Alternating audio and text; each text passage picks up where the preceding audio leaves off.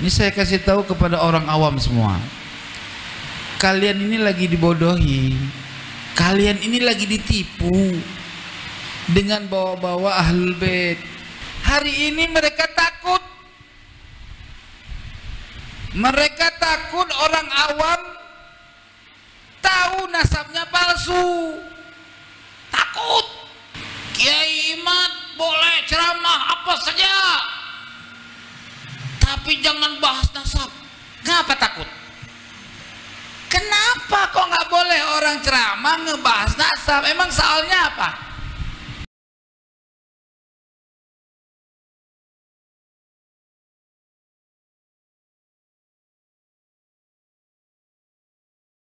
Satu firman Allah yang harus kita fahami dengan penuh keimanan.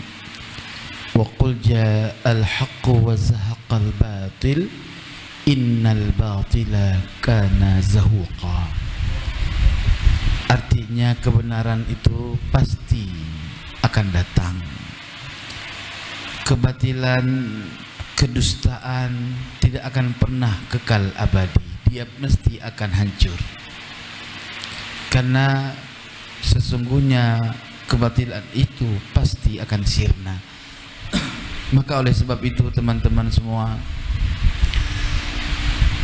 kalau seseorang menasabkan dirinya kepada orang yang tidak berhubungan dengan Rasulullah, tidak perlulah terlalu lampau untuk mengkaji nasabnya. Tetapi ketika orang menisbatkan dirinya kepada nasab orang yang termulia di alam dunia dan akhirat, Sayyidul Mursalin, Sayyidina wa Maulana Muhammad ibn Abdullah sallallahu alaihi wasallam, maka konsekuensinya adalah mengkaji nasabnya. Itu adalah sangat penting demi menjaga marwah Nabi Muhammad sallallahu alaihi wasallam. Maka oleh sebab itu, siapapun orang tidak pandang bulu. Kalau nasab tidak bisa dibuktikan secara ilmiah, artinya secara kajian ilmu nasab, secara prosedural, maka nasab itu pasti rungkat. Ini saya kasih tahu kepada orang awam semua. Kalian ini lagi dibodohi. Kalian ini lagi ditipu dengan bawa-bawa Ahlul Bait. Ba'alawi itu yang terdiri dari berbagai macam fan, diantaranya bin Yahya, As-Saqaf, Al-Haddad, Al-Attas, Al-Idrus, itu semua bukan Ahlul Bait. Jangankan Ahlul Bait, zuriat aja orang masuk, enggak masuk. Hari ini mereka takut. Mereka takut orang awam tahu nasabnya palsu. Takut. Grogi. Sampai keki. Takut dicerai, ditalak 3 sama rakyat Indonesia. Iya. Akhirnya orang dipengaruhi dengan bahasa begini. Kiai Imad boleh ceramah apa saja, tapi jangan bahas nasab. Kenapa takut? Kenapa kok nggak boleh orang ceramah ngebahas nasab? Emang soalnya apa? Orang disuruh tutup mulutnya dengan cara-cara seperti itu nggak kena.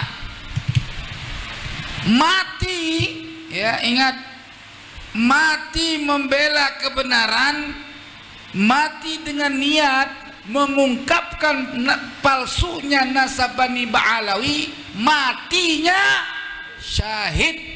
Amin ya Allah. Amin. Kenapa babi batuk? Minum dulu. Kenapa syahid? Karena membela agama. Jelas tidak?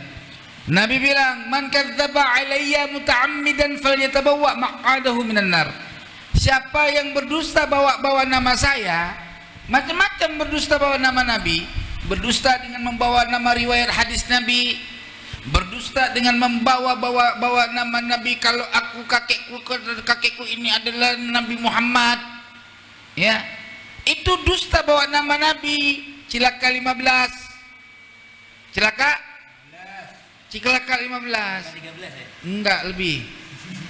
Maka tuan-tuan yang dirahmati oleh Allah, saya yakinkan orang-orang awam yang bela Bani Ba'alawi, satu, bodoh. Walau surbannya panjang, bodoh. Kedua, kalau dia tidak bodoh, pemalas. Dia nggak bodoh, alim, ilmu nahunya bagus, ngajinya sampai ke Hadramaut, ngajinya sampai ke Mesir. Berarti kalau dia bela Ba'alawi, itu tipe ustadz atau kiai pemalas, nggak mau ngaji, nggak mau mengkaji, cukup husnudzon. Ya, jelas nggak? Jadi husnudzon itu nggak acal-acalan. Husnudzon nggak acal-acalan, nggak. Jadi kayak bocah saya ini. Jadi husnudzon itu nggak asal-asalan, bang. Bagaimana kita mau husnudzon kalau orang itu fasih baca Qur'annya, sedangkan yang kita dengarnya begini. Bismillahirrahmanirrahim. Alhamdulillahirabbil alamin. Misalkan begitu, ya. Sampai bisa nggak menganggap saya fasih? Coba pikir. Ya, coba jawab dulu. Biar gantah ini closing namanya, ya. Closing itu artinya penutupan, ya. Oh iya. Tapi nggak bisa ditasrif, ya. Kalau bahlul bisa ditasrif. Bahlul asalnya bahlala yubahlilu bahlulan.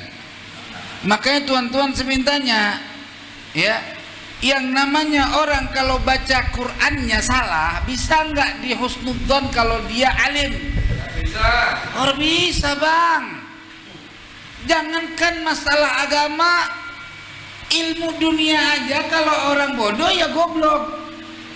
Orang bikin katanya ahli komputer, ya nggak?